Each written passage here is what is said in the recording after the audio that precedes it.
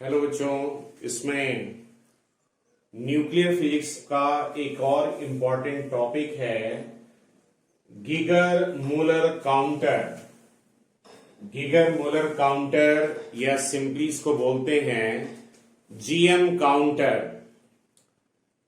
एक काउंटर का मतलब है कि जैसे हमारे अल्फा पार्टिकल हैं, बीटा पार्टिकल हैं, प्रोटॉन है या ड्यूटॉन है या गामा रेज है, ये इनविजिबल पार्टिकल होते हैं।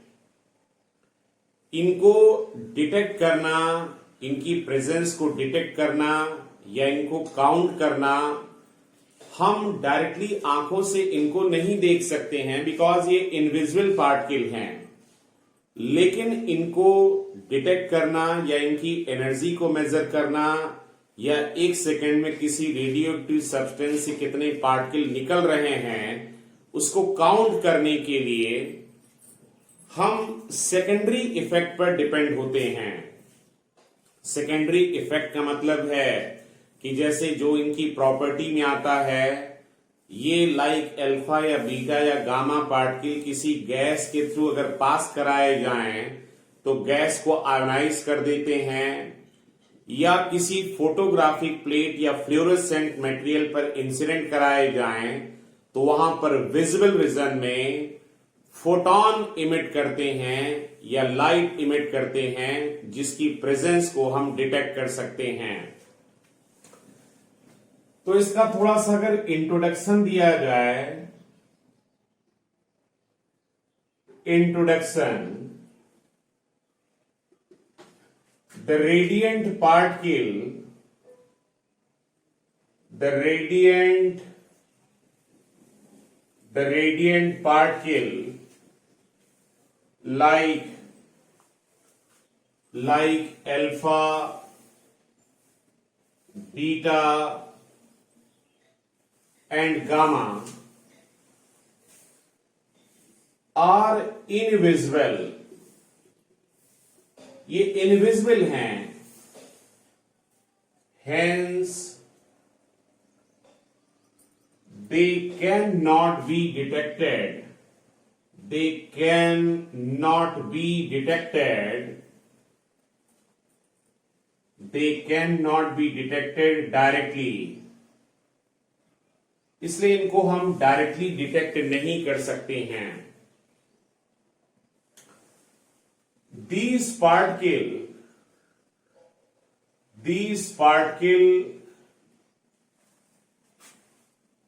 can be detected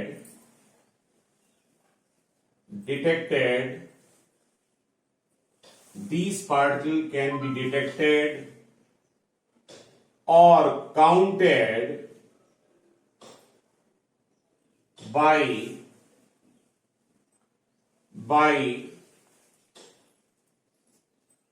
special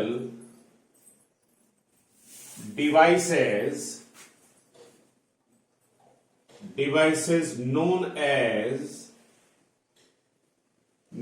counter। One of the counter is GM counter. उन्हीं में से एक काउंटर आपका है जीएम काउंटर या गीगर मूलर काउंटर। तो radiant particle like alpha, beta, gamma, ये इनविजिबल होते हैं, इसलिए इनको हम डायरेक्टली डिटेक्ट नहीं कर सकते हैं। इन पार्टिकलों को हम डिटेक्ट करते हैं या काउंट करते हैं कुछ स्पेशल डिवाइसेस के द्वारा, जिनको हम काउंटर बोलते हैं। उन्हीं में से आपके कोर्स में दो काउंटर कोर्स में हैं, एक गीगर मूलर काउंटर और दूसरा सेंटिलेशन काउंटर। अब मेन इसका काफी थोड़ा सा, ये अगर आर्टिकल देखा जाए तो थ्योरेटिकल है, लेकिन एग्जाम के पॉइंट ऑफ व्यू से काफी इंपॉर्टेंट भी है। तो इसका मेन प्रिंसिपल जरा अगर देखा जाए तो मेन प्रिंसिपल इसका है क्या देखते हैं।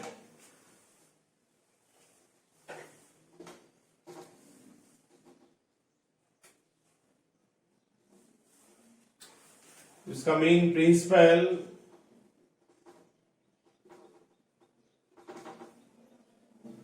रेडिएंट पार्टिकल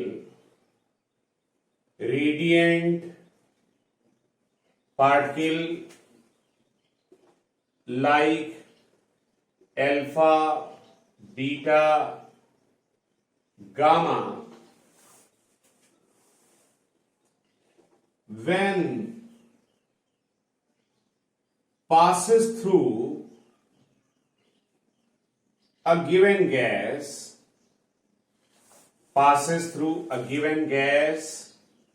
जब इनको किसी गिवन गैस के थ्रू पास कराया जाता है, passes through a given gas,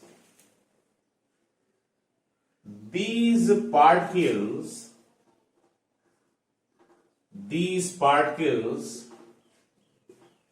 ionizes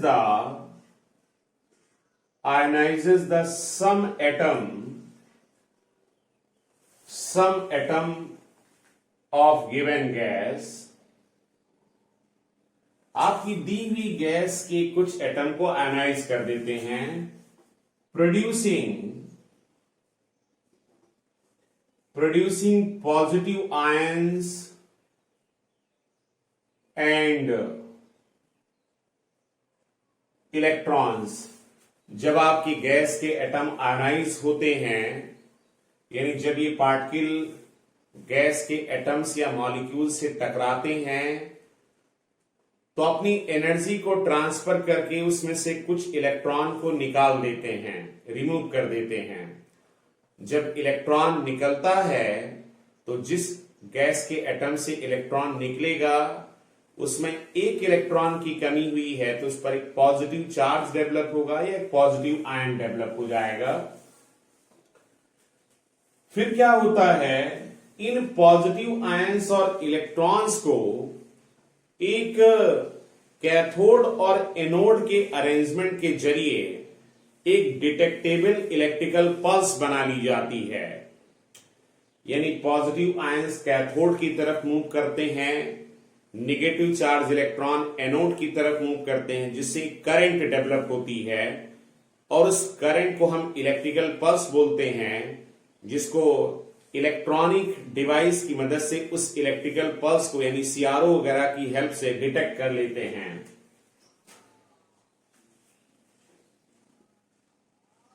These positive ions and negative charge electron, when collected over cathode and anode arrangement, comma a detectable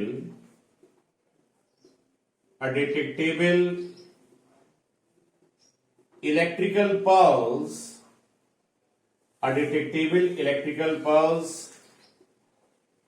is produced, एक detectable electrical pulse को produce होती है, comma which can be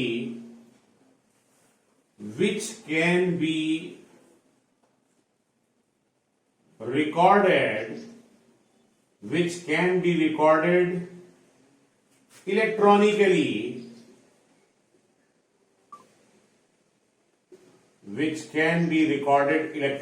जिसको एक electronic arrangement की मदद से record कर सकते हैं। तो हमने कहा इन पार्टिकलों की प्रेजेंस को डिटेक्ट करना या इनको काउंट करना, इसके लिए हम जीएम काउंटर में गैसों के आयनाइजेशन के प्रिंसिपल का यूज करते हैं। जब ये पार्टिकल किसी गैस के थ्रू होकर गुजरते हैं तो उस गैस के एटम को आयनाइज कर देते हैं, जिससे पॉजिटिव आयंस और इलेक्ट्रॉन्स डेवलप होते हैं। इन पॉजिटिव आयंस और इलेक्ट्रॉन्स को एक कैथोड और एनोड के अरेंजमेंट के जरिए कलेक्ट करके उनसे एक इलेक्ट्रिकल पल्स प्रोड्यूस कर ली जाती है, और उस इलेक्ट्रिकल पल्स को एक इलेक्ट्रॉनिक अरेंजमेंट की मदद से रिकॉर्ड कर लिया जाता है। तो आप एग्जाम में इसका इस तरीके से आप प्रिंसिपल लिख सकते हैं। नेक्स्ट, इसके बाद इसकी कंस्ट्रक्शन की बात करते हैं। जीएम काउंटर, इसका कंस्ट्रक्शन।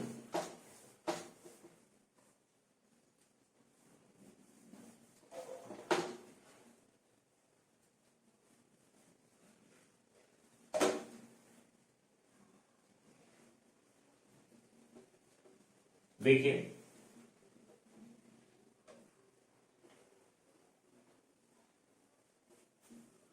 कंस्ट्रक्शन, तो नेक्स्ट हेडिंग इसमें हो जाएगी कंस्ट्रक्शन। तो मैं पहले एक डायग्राम यहां पर ड्रा कर देता हूं। एक जीएम काउंटर, इसका बेसिक कंस्ट्रक्शन कुछ इस प्रकार से होता है। इसमें कॉपर की एक सिलेंड्रिकल ट्यूब होती है, जिसके एक एंड पर एक थिन माइका विंडो लगी होती है। ये हमारे पास कॉपर की एक ट्यूब है, कॉपर की सिलिंड्रिकल ट्यूब है, जिसके एक एंड पर एक थिन माइका विंडो लगी हुई है, और इस कॉपर की सिलिंड्रिकल ट्यूब में एक बहुत ही फाइन, बहुत ही पतला सा एक टंगस्टन वायर होता है, और ये टंगस्टन वायर इसी सिलिंड्रिकल एक्सिस के अलॉन्ग स्ट्रेच्ड कर दिया जाता है by the help of ebonite. This is, यहां पर एक एबोनाइट है। एबोनाइट लाइक जैसे तारकोल या एमसील वगैरह होती है, कि जो हमारा ये टंगस्टन का वायर है वो इस कॉपर की सिलिंड्रिकल ट्यूब को टच ना करे। यानी इस वायर को जब यहां से निकाला गया तो इसमें भी एक गैस भरेंगे, वो गैस लीक आउट ना हो, इसलिए इसको यहां पर उसी एबोनाइट यानी एमसील या तारकोल की मदद से इसको हमने सील्ड कर दिया है। और इसी कॉपर की सिलिंड्रिकल ट्यूब के अंदर कोई इनर्ट गैस जैसे आर्गन और क्लोरीन या ब्रोमीन का इसमें एक बहुत ही लो प्रेशर पर मिक्सचर भर दिया जाता है, यानी like argon plus chlorine. Argon plus chlorine का एक मिक्सचर बहुत ही लो प्रेशर पर इसमें फिल कर दिया जाता है। This is my CU tube, यानी कॉपर की ट्यूब है, और ये हमारा टंगस्टन वायर है। टंगस्टन वायर जो कि एक एनोड की तरीके से काम करेगा। यहां पर मैंने कहा ये मेरा एक टंगस्टन वायर है, और इस कॉपर की सिलिंड्रिकल ट्यूब के अंदर इनर्ट गैस यानी आर्गन और क्लोरीन का एक मिक्सचर यहां पर फिल कर दिया गया है। आपका जो कॉपर की ट्यूब है, उस कॉपर की ट्यूब को हम एज ए कैथोड की तरीके से लेते हैं, जिसके कारण इसको एक बैटरी की मदद से नेगेटिव पोटेंशियल पर कनेक्ट कर दिया जाता है। यह हमारा एक वोल्टेज रहा, नेगेटिव पोटेंशियल से कॉपर को कनेक्ट कर दिया, और एक रेजिस्टेंस की मदद से हम टंगस्टन वायर को बैटरी की पॉजिटिव पोटेंशियल से कनेक्ट कर देते हैं। तो हमारा जो टंगस्टन वायर है वो एक एनोड की तरीके से, और जो कॉपर वायर है वो एज ए कैथोड की तरीके से काम करेगा। साथ में यहां पर एक कैपेसिटर लगा दिया जाता है, एक कैपेसिटर होता है C, और ये कैपेसिटर एक पल्स एम्पलीफायर से जुड़ा होता है। ये कैपेसिटर एक पल्स एम्पलीफायर से जुड़ा होता है।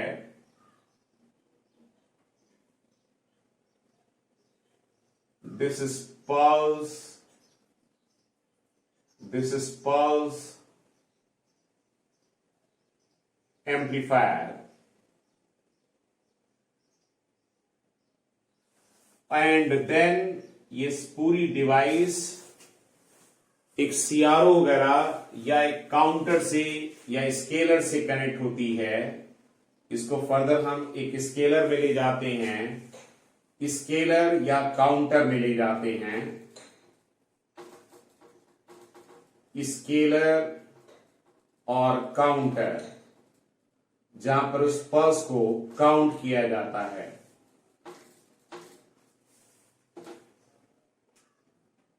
स्केलर या काउंटर मतलब जिसमें सीआरओ वगैरह का अरेंजमेंट होता है।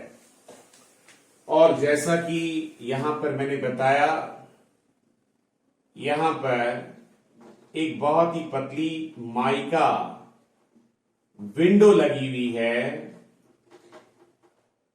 माइका विंडो लगी हुई है, जिससे हमारे रेडिएंट पार्ट के लिए इंटर कर सकते हैं। ये मान लिया जाए यहां पर कोई एक रेडियो एक्टिव सब्सटेंस है, उसी रेडियो एक्टिव सब्सटेंस से रेडिएंट पार्टिकल लाइक अल्फा या बीटा या गामा ये आ रहे हैं। दीज आर रेडिएंट पार्टिकल, ये हमारे रेडिएंट पार्टिकल इसी थिन माइका विंडो के थ्रू इस कॉपर की सिलिंड्रिकल ट्यूब के अंदर इंटर करेंगे। ये कॉपर की जो सिलिंड्रिकल ट्यूब है इसको हम जीएम ट्यूब भी बोलते हैं। इस प्रकार से इस जीएम काउंटर का एक बेसिक कंस्ट्रक्शन या सिंपल सा कंस्ट्रक्शन दिखाया जाता है। अब देखिए बच्चों, इसमें थोड़ा सा इसके बारे में लिखने के लिए हम थोड़ा यहां बोर्ड पर जगह बना रहे हैं। आप ये डायग्राम अच्छी तरीके से बना दीजिएगा, सारी चीजें इसमें कहां पर क्या है उसको दिखा दीजिएगा। यहां पर पल्स एम्पलीफायर लगा है, कैपेसिटर लगा है, और ये पल्स एम्पलीफायर एक सीआरओ या स्केलर या काउंटर से जुड़ा हुआ है। तो थोड़ा सा जगह बनाने के लिए इन चीजों को थोड़ा सा मैं बिगाड़ दे रहा हूं।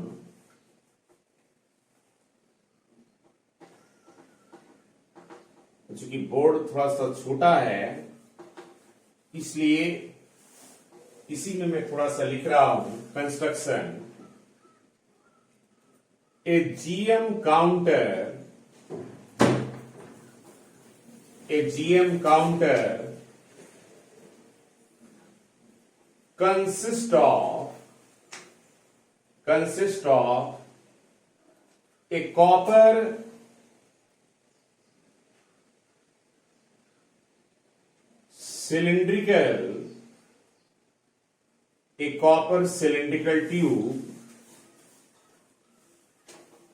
cylindrical tube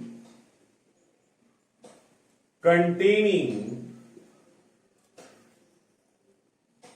a thin mica containing a thin mica window, containing a thin mica window, containing a thin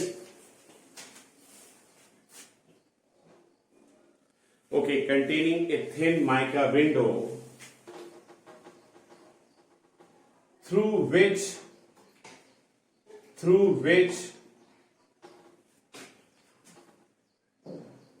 radiant particle can inter, जिसके थ्रू हमारे रेडियंट पार्टिकल इंटर कर सकते हैं। Okay, a mixture of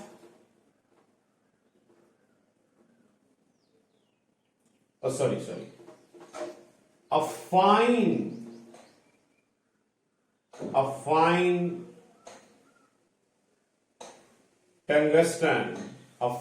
tungsten, wire is stressed along the cylindrical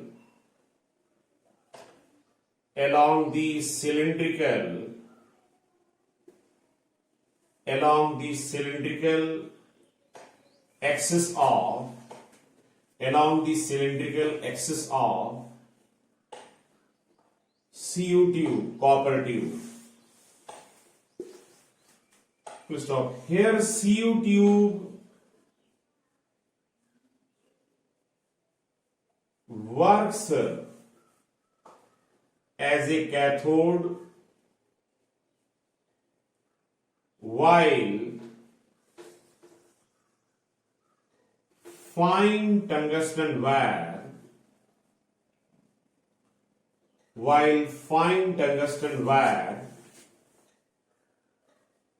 works as an anode, जबकि जो fine tungsten wire है वो एक एनोड की तरीके से काम करता है। A mixture of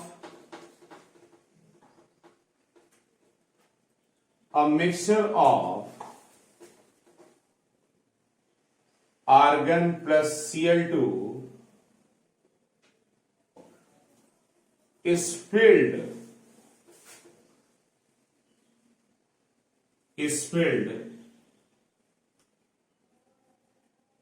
inside the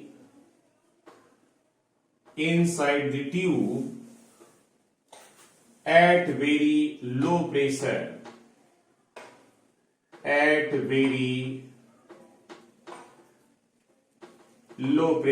बहुत ही लो प्रेशर पर एक आर्गन और Cl2 का मिक्सचर जो है वो फिल कर दिया जाता है। The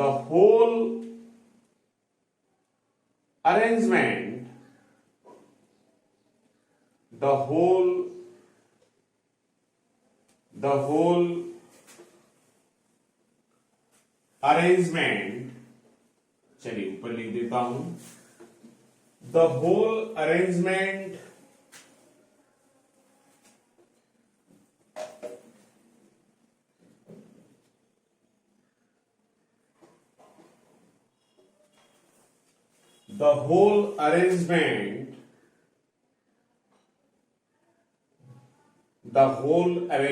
of CU tube is called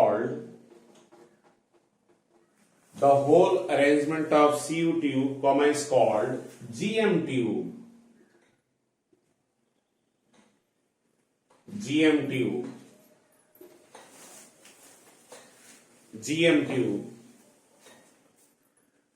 Full stop. A suitable voltage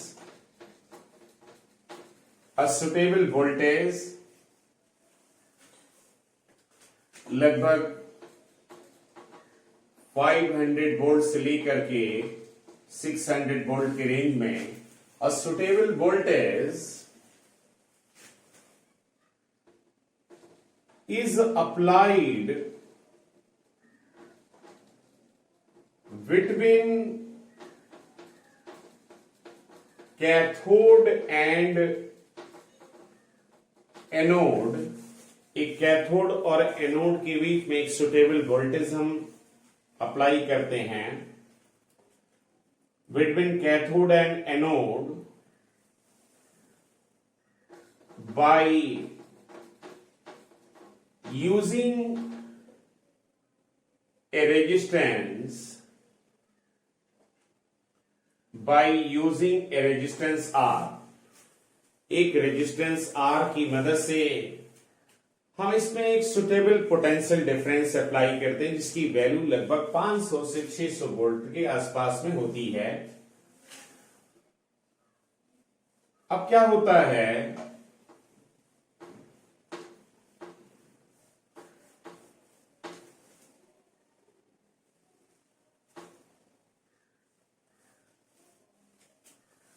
अब क्या होता है, the GM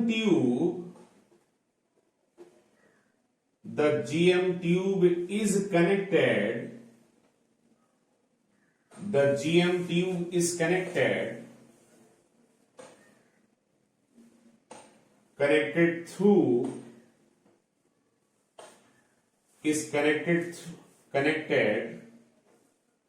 through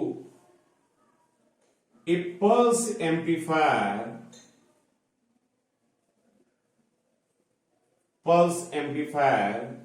and scaler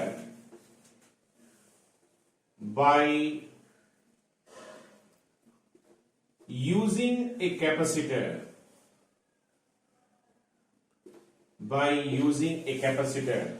एक कैपेसिटर की मदद से हम इस पूरे जीएम ट्यूब को एक पल्स एम्पलीफायर और स्केलर या काउंटर की मदद से जोड़ देते हैं, जहां पर हम एक डिटेक्टेबल इलेक्ट्रिकल पल्स को रिकॉर्ड कर सकते हैं। यह आपके जीएम काउंटर का कंस्ट्रक्शन हो गया कि इसका कंस्ट्रक्शन कैसा होता है। ओके बच्चों, अब इसमें कंस्ट्रक्शन हो जाने के बाद हम लोग इसकी वर्किंग जरा देखेंगे। तो वर्किंग मैं पहले यहां पर थोड़ा पहले समझा रहा हूं, देन इसके बाद हम लोग इसको नोट करेंगे। ओके,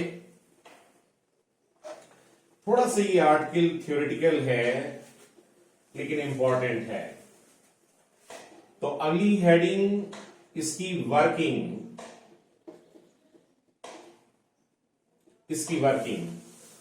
तो इसमें देखते हैं होता क्या है कि जैसे ही किसी रेडियोएक्टिव सब्सटेंस से, आप जानते हैं किसी रेडियोएक्टिव सब्सटेंस से एक पर्टिकुलर टाइम पर कोई रेडियोएक्टिव सब्सटेंस या तो अल्फा डिके करता है या बीटा डिके करता है या गामा डिके करता है।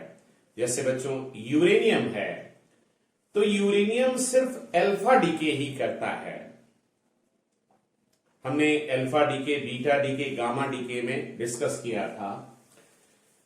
तो मान लिया जाए कोई रेडिएंट पार्टिकल किसी रेडियोएक्टिव सब्सटेंस से किसी पर्टिकुलर टाइम पर निकला, मान लिया अल्फा पार्टिकल निकला, और जैसे ही अल्फा पार्टिकल ये निकलेगा इस माइका विंडो के थ्रू इस गैस के अंदर इंटर करेगा। गैस के अंदर इंटर करते ही ये मान लिया जाए कुछ आर्गन एटमों से न्यूट्रल आर्गन एटमों से टकराया। तो अल्फा पार्टिकल जब इंटर हुआ तो माना इससे टकराया, इससे टकराया, इससे टकराया, और इस अल्फा पार्टिकल ने कुछ आर्गन एटमों को आयोनाइज कर दिया।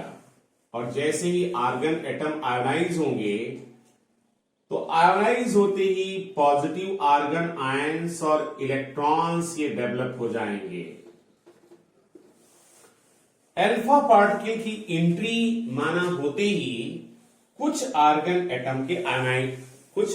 के एटम आयोनाइज हो गए, और जब ये आर्गन के एटम आयोनाइज हो गए तो मैं यहां थोड़ा सा ऐसे दिखा दे रहा हूं। यहां पर ये हमारा बच्चों एक तरीके से कैथोड है, कॉपर की ट्यूब जिस पर माइनस पोटेंशियल है, और यहां पर मान लीजिए ये हमारा टंगस्टन वायर जिस पर हमारा पॉजिटिव पोटेंशियल है। तो जाहिर सी बात है जो आपके पॉजिटिव आर्गन आयन हैं ये कैथोड की तरफ मूव करेंगे। आपके पॉजिटिव आर्गन आयन ये कॉपर की ट्यूब यानी कैथोड की तरफ मूव करेंगे। जैसे ही पॉजिटिव आर्गन आयन आपके कैथोड यानी कॉपर के ट्यूब के ऊपर पहुंचेगा, वो एक इलेक्ट्रॉन को रिसीव करके न्यूट्रल हो जाएगा। जैसे ये आर्गन एटम, आर्गन आयन जैसे ही कैथोड पर पहुंचेगा, कैथोड से एक इलेक्ट्रॉन लेकर के अपने आप को न्यूट्रल कर लेगा। ठीक वहीं विपरीत दिशा में जो हमारे इलेक्ट्रॉन्स हैं, ये इलेक्ट्रॉन्स एनोड की तरफ मूव करेंगे। चूंकि वायर बहुत ही फाइन है और आप जानते हैं कि ये टंगस्टन वायर के बहुत ही पतले होने के कारण इसके नजदीक में जो इलेक्ट्रिक फील्ड होगी वो काफी डेंसर होगी, काफी यानी इलेक्ट्रिक फील्ड रेडियल होगी, आप ऐसा कह सकते हो। एक वायर के कारण इलेक्ट्रिक फील्ड का फॉर्मूला पढ़ा हम लोगों ने 1/4πε02 लैम्डा बाई आर। यानी वायर के जितना नजदीक पहुंचोगे इलेक्ट्रिक फील्ड उतना स्ट्रांग होती जाएगी। तो होगा क्या कि जो हमारे ये इलेक्ट्रॉन हैं जिस पर निगेटिव चार्ज है वो एनोड की तरफ मूव करेंगे, लेकिन इसके नजदीक में इलेक्ट्रिक फील्ड के काफी स्ट्रांग और रेडियल होने के कारण ये तेजी से एक्सेलरेट करेंगे। और जब ये इलेक्ट्रॉन तेजी से एक्सेलरेट करेंगे तो रास्ते में जितने भी आर्गन एटम आ रहे होंगे उनसे टकरा करके उनको भी आयनाइज कर रहे होंगे। मतलब ये रहा कि कुछ आयनाइजेशन तो अल्फा पार्टिकलों ने किया, लेकिन दो चार्ज मान लिया दो प्लस और दो माइनस से जो करंट बनेगी उसको हम रिकॉर्ड नहीं कर सकते हैं। इसलिए मुझे अच्छी खासी अमाउंट की करंट चाहिए। भाई करंट माइक्रो एम्पियर से भी कम चली जाए तो हमारा माइक्रो एम्पियर अमीटर उसको रिकॉर्ड नहीं कर पाएगा। तो कहने का मतलब हमारे जो निगेटिव चार्ज इलेक्ट्रॉन हैं ये एनोड की तरफ तेजी से एक्सेलरेट होते हैं, और जब तेजी से एक्सेलरेट होते हैं तो रास्ते में जितने भी न्यूट्रल आर्गन एटम हैं उनसे टकरा करके उनको भी आयनाइज करते जाते हैं। इसका मतलब जिससे आयनाइजेशन पूरी ट्यूब में बहुत तेजी से स्प्रेड होता है, फैलता है। और जैसे ही आयनाइजेशन पूरी ट्यूब में तेजी से फैलता है, इलेक्ट्रॉन जैसे ही एनोड पर पहुंचते हैं, पॉजिटिव आर्गन आयंस जैसे ही कैथोड पर पहुंचते हैं, तुरंत इन आयंस के मोशन के कारण कैथोड और एनोड के बीच में करंट डेवलप होती है। उस करंट से एक वोल्टेज डेवलप होगा और उस वोल्टेज से मेरा ये कैपेसिटर चार्ज हो जाएगा, क्योंकि ये करंट कुछ ही सेकंड के लिए होगी, क्योंकि आर्गन आयन कैथोड पर और इलेक्ट्रॉन एनोड पर पहुंच करके न्यूट्रल हो जाएंगे। तो थोड़ी देर के लिए ही चार्ज का फ्लो होगा, तो थोड़ी देर के लिए करंट फ्लो करेगी एनोड और कैथोड के बीच में, तो थोड़ी देर के लिए वोल्टेज डेवलप होगा। लेकिन मैंने एक कैपेसिटर लगा रखा है कि इस वोल्टेज से ये कैपेसिटर तुरंत आपका चार्ज हो जाएगा, और इस कैपेसिटर को एक पल्स एम्पलीफायर के जरिए डिस्चार्ज कर लेंगे, और डिस्चार्ज करने पर सीआरओ पर हमें एक इलेक्ट्रिकल पल्स दिखेगी। मतलब एक कैपेसिटर को जब डिस्चार्ज करेंगे तो यहां पर एक इलेक्ट्रिकल पल्स मिल जाएगी। अब बाकी उसके बाद ये पल्स जब सारे इलेक्ट्रॉन एनोड पर पहुंच गए, सारे पॉजिटिव आर्गन आयन कैथोड पर पहुंच गए, तो इस ट्यूब में अब सिर्फ न्यूट्रल आर्गन एटम बच रहे होंगे, और इतनी ही देर में एक करंट फ्लो हुई, करंट से वोल्टेज डेवलप हुआ, वोल्टेज से कैपेसिटर चार्ज हुआ, और उस कैपेसिटर को मैंने एक पल्स एम्पलीफायर से डिस्चार्ज करके एक सीआरओ पर एक इलेक्ट्रिकल पल्स देखी। अब क्या होगा, थोड़ी देर के बाद, कुछ देर के बाद फिर से कोई अल्फा पार्टिकल निकलेगा। जब फिर से अल्फा पार्टिकल निकलेगा तो फिर से वही प्रक्रिया शुरू होगी। ये कुछ आर्गन के एटमों को आयनाइज करेगा, जिससे इलेक्ट्रॉन्स और positive argon atom ions create होंगे। पॉजिटिव आर्गन आयंस कैथोड की तरफ, इलेक्ट्रॉन एनोड की तरफ तेजी से एक्सेलरेट करेंगे और इलेक्ट्रॉन टकरा करके फिर से ट्यूब में आयनाइजेशन को फैलाएंगे। और जैसे ही सारे इलेक्ट्रॉन एनोड पर और सारे पॉजिटिव आर्गन आयन कैथोड पर पहुंच करके अपने आप को न्यूट्रल करेंगे, फिर से मुझे सीआरओ के ऊपर एक फिर से एक इलेक्ट्रिकल पल्स मिल जाएगी। इस तरीके से आपके जैसे जैसे अल्फा पार्टिकल गिरते जाएंगे, आपके सीआरओ पर ऐसी एक इलेक्ट्रिकल पल्स डेवलप होती जाएगी। लाइक बच्चों, जैसे आप हार्ट बीट वगैरह जैसे मेडिकल या हॉस्पिटल वगैरह में देखते हैं कि सीआरओ जैसा पल्स रेट जो है, ऐसे आदमी की हार्ट बीट कुछ चल रही है, फिर अचानक ऐसे हो गई, तो यहां जब तक ये पल्स मिल रही थी तब तक इसका मतलब इंसान जिंदा था। उसके बाद ये पल्स खत्म हो गई तो इसका मतलब there will be no pulse. तो यहां पर हमें एक पार्टिकल की एंट्री होने पर एक इलेक्ट्रिकल पल्स मिलेगी। अच्छा, अब एक सेकेंड में ऐसी कितनी इलेक्ट्रिकल पल्स मिल रही हैं?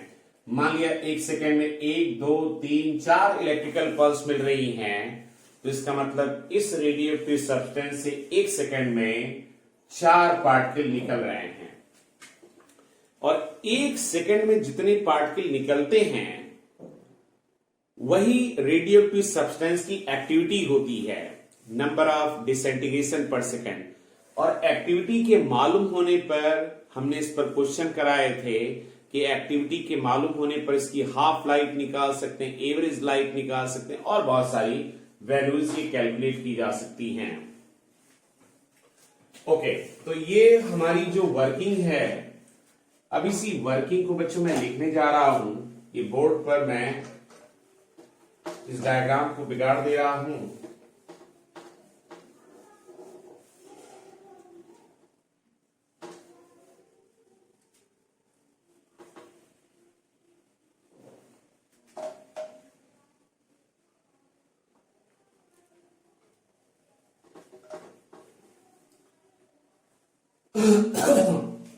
Okay, working.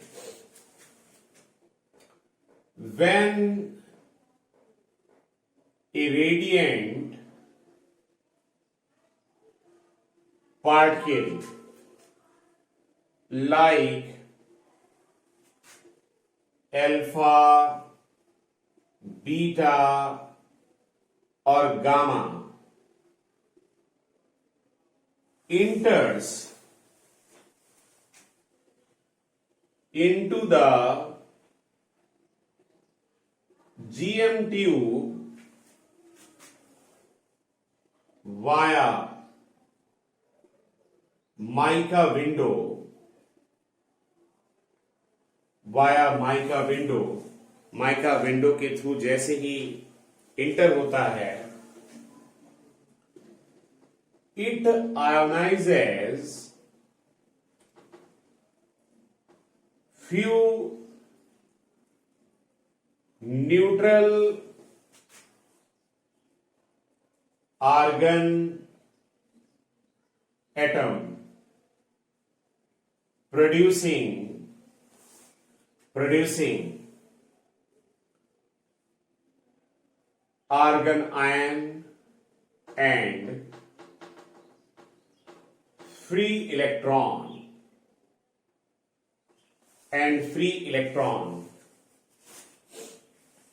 free electron since electric field near the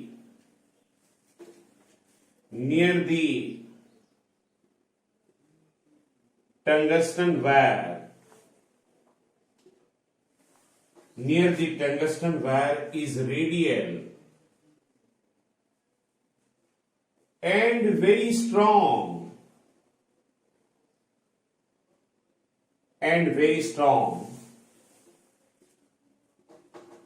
hence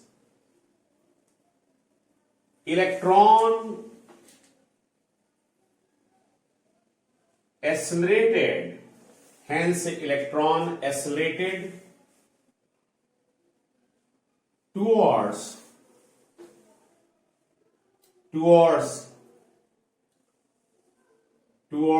anode, यानी एनोड मतलब tungsten wire,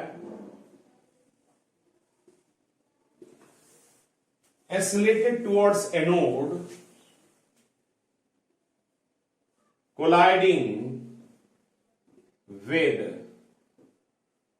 another neutral argon atom, and these accelerated electron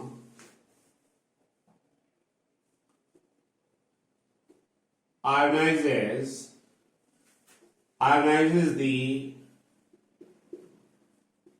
argon atom. Hence, ionization spread rapidly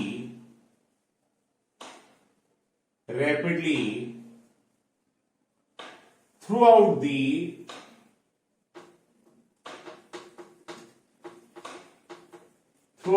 GM tube, जिससे ionisation बहुत तेजी से GM tube में spread हो जाता है। Through out the GM tube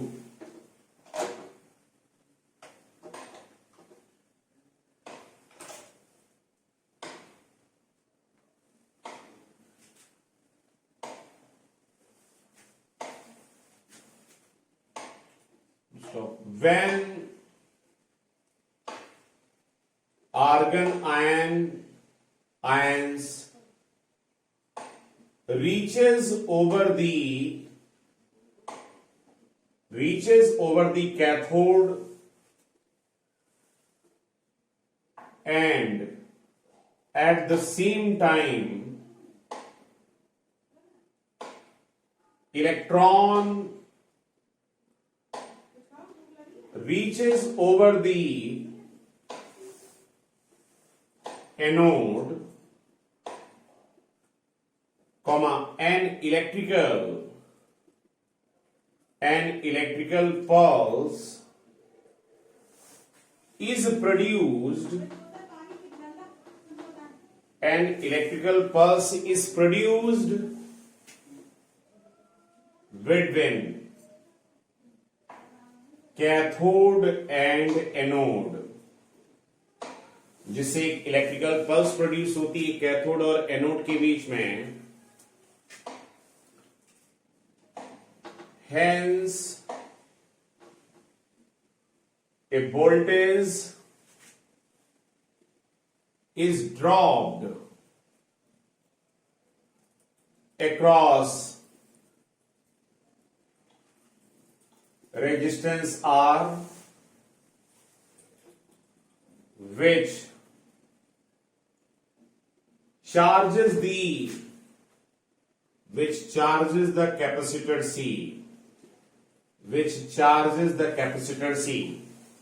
जो कि आपके कैपेसिटर को चार्ज कर देता है। When this charged capacitor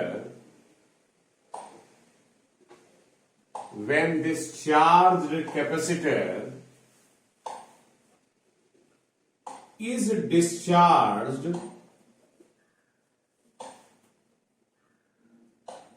through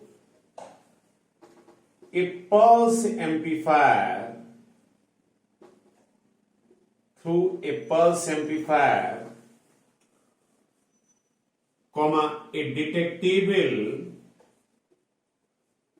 a detectable electrical pulse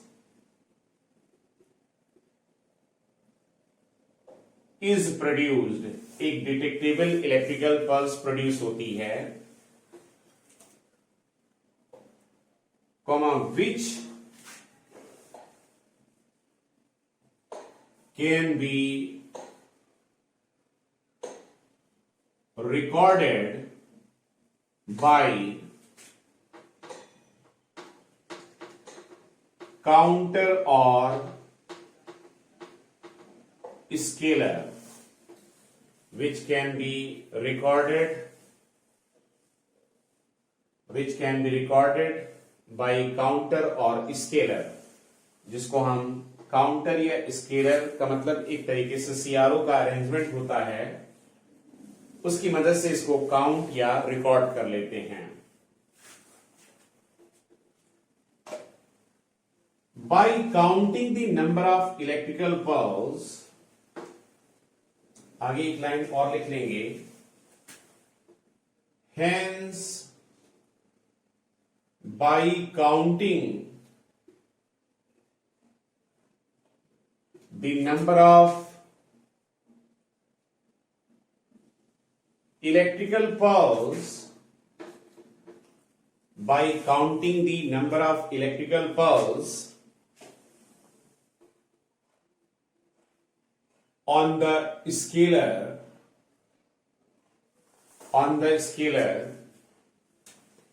by counting the number of electrical pulse on the scalar,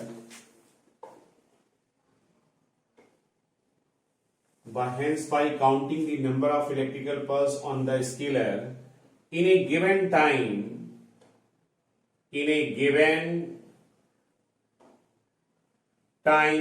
interval,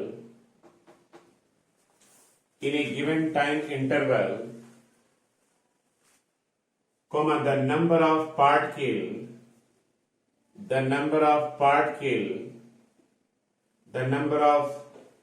entering particle, the number of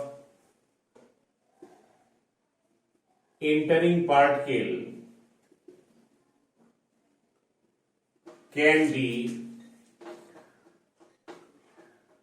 be counted। इस तरीके से एंट्री होने वाले कितने पार्टिकल हैं उनको हम काउंट कर सकते हैं। तो ये हमारे जीएम काउंटर का एक बेसिक इंट्रोडक्शन रहा, उसका कंस्ट्रक्शन रहा, प्रिंसिपल रहा, वर्किंग रहा। अब यहां पर कुछ मेन बातें यहां पर हैं, जैसे हमने Cl2 क्यों मिलाया है, या डेड टाइम क्या होता है, ये भी कभी कभी पूछ लेते हैं कि जीएम काउंटर बताइए और उसमें डेड टाइम क्या होता है, क्वेंचिंग क्या होती है, इन सब के बारे में पूछ लिया जाता है। तो देखिए यहां पर एक डेड टाइम का मतलब समझते हैं, तो हम थोड़ा सा लिखते भी चलते हैं और बात को समझाते भी चलते हैं।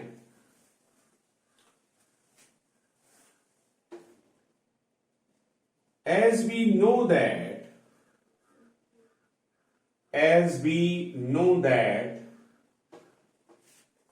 in GM tube,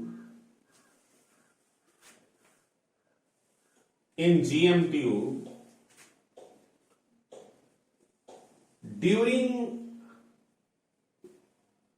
ionization,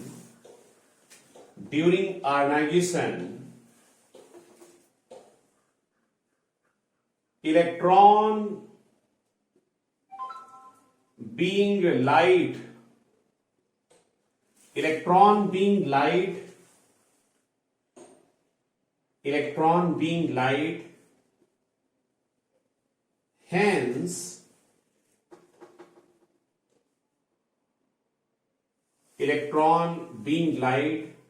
hence they collect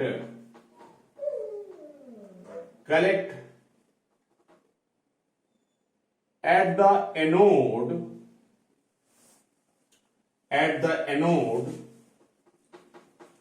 at once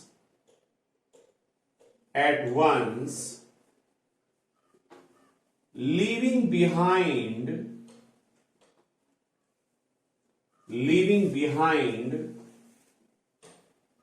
slow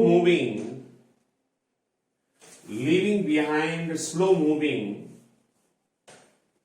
massive argon ion।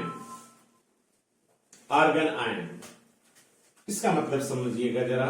जैसे होता क्या है, ये हमारा कॉपर और ये हमारा टंगस्टन वायर। तो जैसे ही मान लिया जाए आर्गन आयन और इलेक्ट्रॉन ये डेवलप हुए, तो इलेक्ट्रॉन बहुत ही हल्के हैं। इलेक्ट्रॉन बहुत ही हल्के होने के कारण ये तुरंत एनोड पर पहुंच जाते हैं और अपने पीछे लेकिन छोड़ दे। होना यही चाहिए कि जिस समय इलेक्ट्रॉन एनोड पर पहुंचे उसी समय पर आर्गन आयन भी कैथोड पर पहुंचे, लेकिन ऐसा नहीं होता है। इलेक्ट्रॉन लाइट होने के कारण ये तुरंत एनोड पर पहुंच जाते हैं और अपने पीछे छोड़ देते हैं slow moving massive argon ion. तो देखिए होगा क्या कि जब इलेक्ट्रॉन बहुत जल्दी से एनोड पर कनेक्ट हो जाएंगे तो इस टंगस्टन वायर के चारों तरफ इस पॉजिटिव आर्गन आयन का एक क्लाउड बन जाएगा।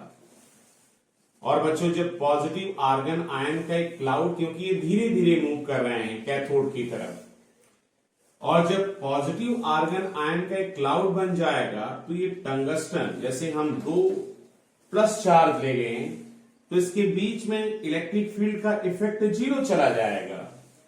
यानी क्या होगा, इस टंगस्टन वायर जो कि एक एनोड की तरीके से काम कर रहा है, इसके चारों तरफ पॉजिटिव आर्गन आयन का एक क्लाउड बन जाएगा, क्योंकि ये धीमे धीमे मूव कर रहे हैं, जिससे कैथोड और एनोड के बीच की इलेक्ट्रिक फील्ड ये कैंसिल आउट हो जाएगी। क्योंकि इस पर भी प्लस, आर्गन आयन पर भी प्लस, तो इनके बीच में जो इलेक्ट्रिक फील्ड है उसका इफेक्ट कैंसिल आउट हो जाएगा। और इफेक्ट जब कैंसिल आउट हो जाएगा तो आयोनाइजेशन कुछ सेकेंड, लगभग माइक्रो सेकेंड के आसपास के टाइम में आयोनाइजेशन रुक जाएगा। तो ये टाइम जितनी देर के लिए आयोनाइजेशन रुक जाता है, इसी को बोलते हैं डेड टाइम। ओके, तो मैं लिख दे रहा हूं, leaving behind slow moving massive argon ion,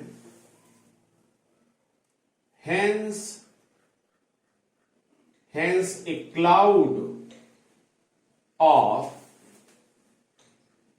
positive argon ion is developed around the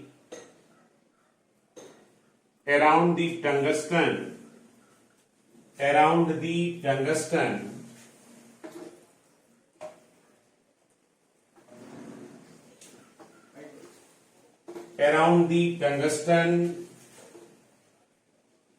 wire, resultant electric field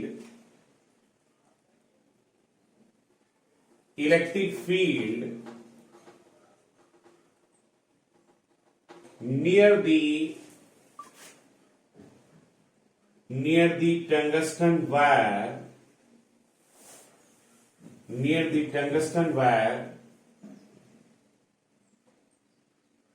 cancelled out, hence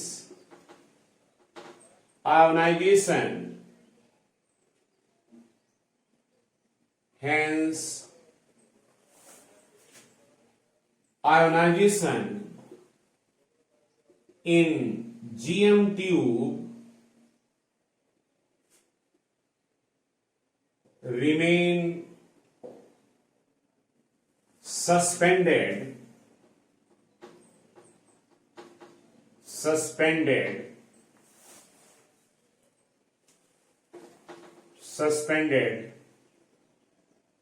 about 1 microsecond।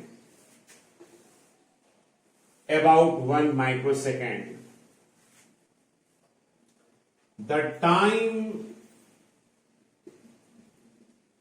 interval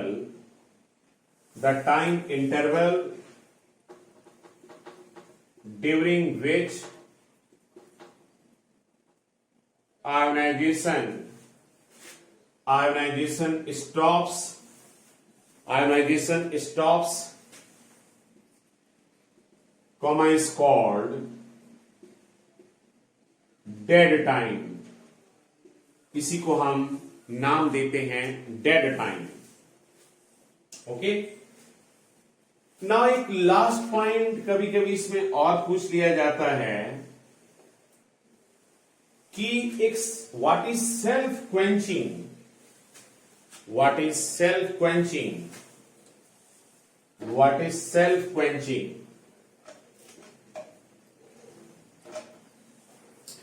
तो नेक्स्ट इसमें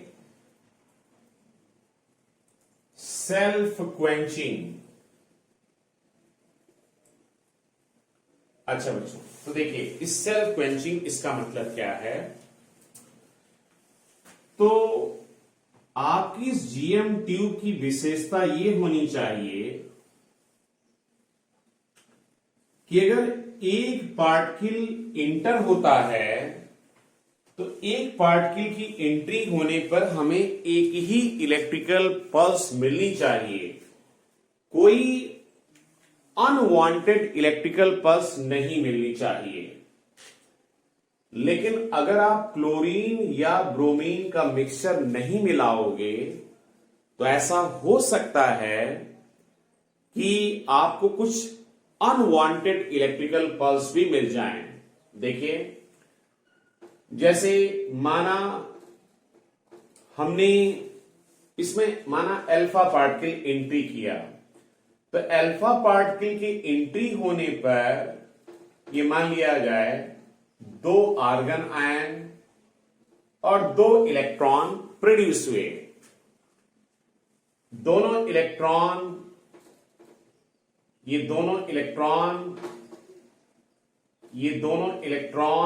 एनोड पर पहुंचे और दोनों आर्गन आयन कैथोड पर पहुंचे.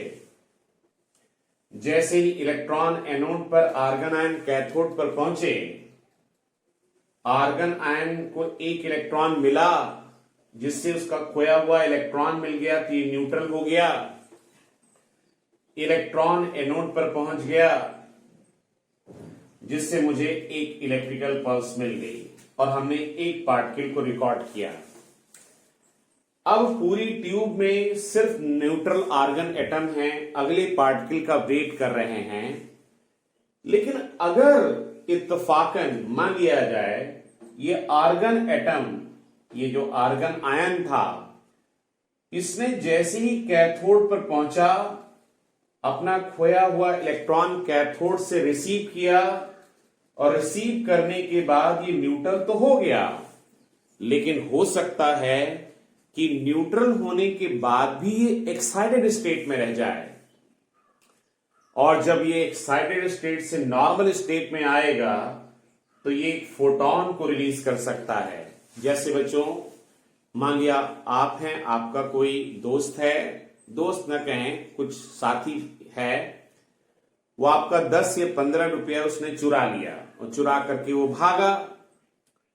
तो 10 या 15 रुपया आपका चुरा के भागा, तो आपने उसको दौड़ाया और पकड़ा, कहा लाओ मेरा 10 रुपया, अपना खोया हुआ इलेक्ट्रॉन मिल गया, 10 या 15 रुपया मिला. लेकिन अभी भी आपका 10 या 15 रुपया तो मिल गया है, लेकिन अभी भी आप हो सकता है एक्साइटेड स्टेट में हो.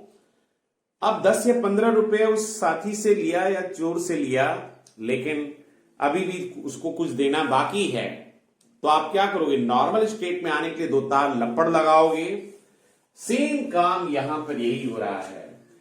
आर्गन आयन जैसे ही कैथोड पर पहुंचेगा, हो सकता है एक इलेक्ट्रॉन इसने रिसीव किया, रिसीव करने के बाद ये न्यूट्रल हुआ, और हो सकता है कि न्यूट्रल होने के बाद ये एक्साइटेड स्टेट में रह जाए, और जैसे एक्साइटेड स्टेट से नॉर्मल स्टेट में आएगा ये फोटोन को रिलीज कर देगा, और इस फोटोन को कोई दूसरा आर्गन आयन जब एब्जॉर्ब करेगा तो वो आयनाइज हो जाएगा, और आयनाइज हो जाने के कारण फिर से ट्यूब में आयनाइजेशन होने लगेगा और इलेक्ट्रॉन और आर्गन आयन प्रोड्यूस होने लगेंगे, जिससे मुझे फिर से इलेक्ट्रिकल पल्स मिल जाएगी।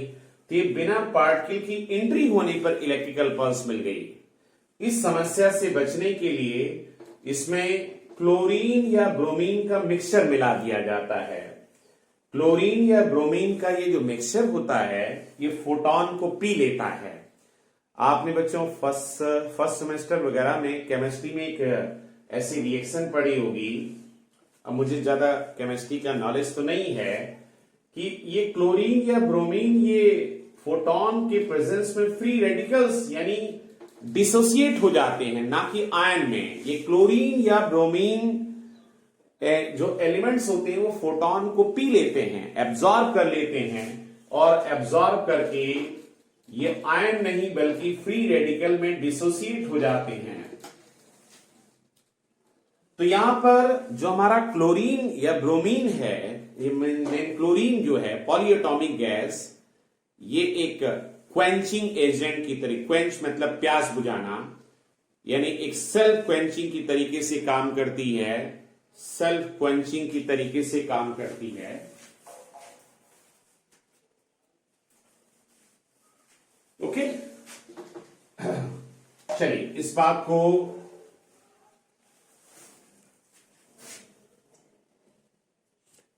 को यहां पर लिखा जाए तो देखते हैं। Self quenching in a GM counter, ऐसा लिखें, a GM counter must produce a single electrical pulse, must produce a single electrical pulse due to entry of a single radiant particle, that is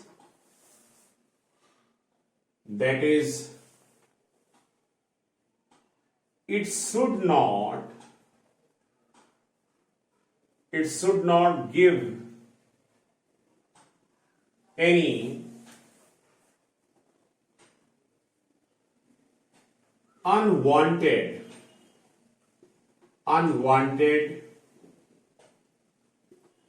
electrical pulse.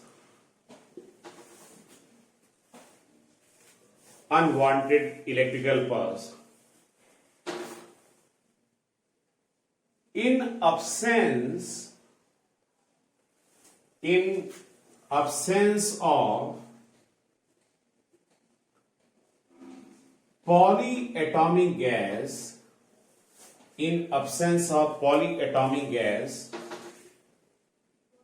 like Cl2,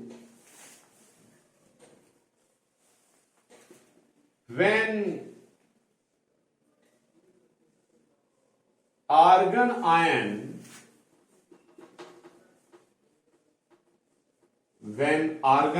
reaches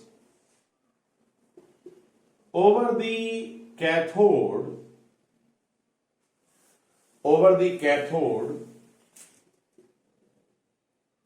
it becomes neutral,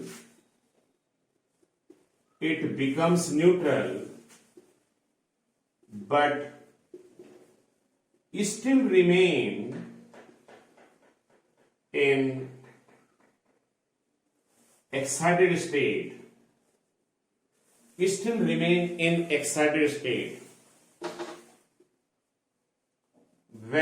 it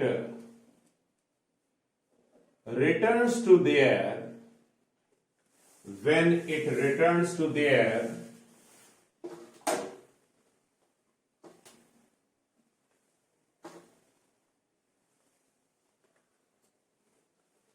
when it returns to their normal state, it emits a photon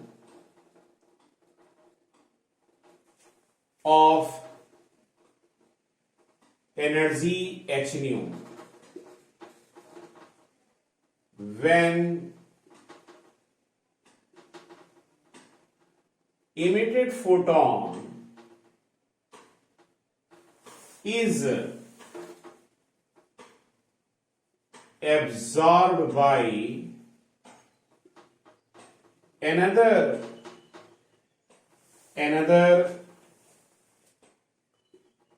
excited neutral argon atom,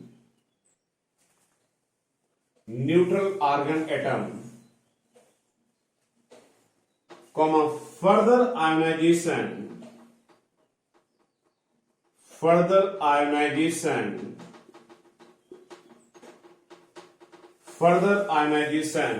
starts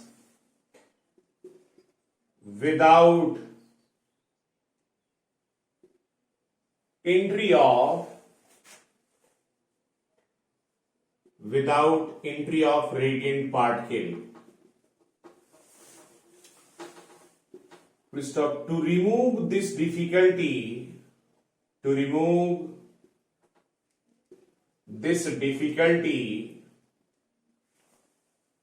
a polyatomic gas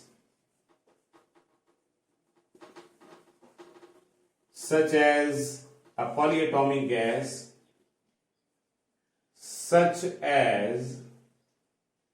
Cl2 is mixed with argon atoms. Here Cl2 absorbs photon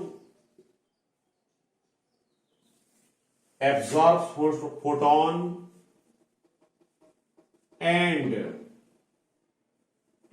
dissociate into free radicals.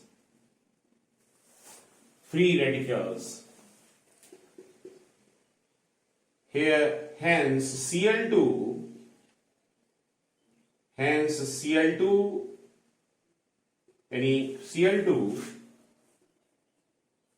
works as a quenching agent. यहां पर जो Cl2 है वो एक quenching agent की तरीके से काम करता है, यानी जो इमिटेड फोटॉन होते हैं उनको वो एब्जॉर्ब करके वो फ्री रेडिकल्स में डिसोसिएट हो जाता है, यानी फर्दर आयोनाइजेशन नहीं होने देता है, यानी बिना किसी पार्टिकल की एंट्री होने पर उसमें आयोनाइजेशन नहीं होगा. Okay, this is all about GM counter. बहुत इंपॉर्टेंट है बच्चों. जीएम काउंटर और सेंटिलेशन काउंटर में से कोई एक हर साल एग्जाम में पूछा ही जाता है. तो आज ये आपका जीएम काउंटर हो गया. कल मैं आपको सेंटिलेशन काउंटर के बारे में बता दूंगा. उसके बारे में आपको नोट्स या वीडियो बना के अपलोड कर दूंगा, आप लोग देख लीजिएगा.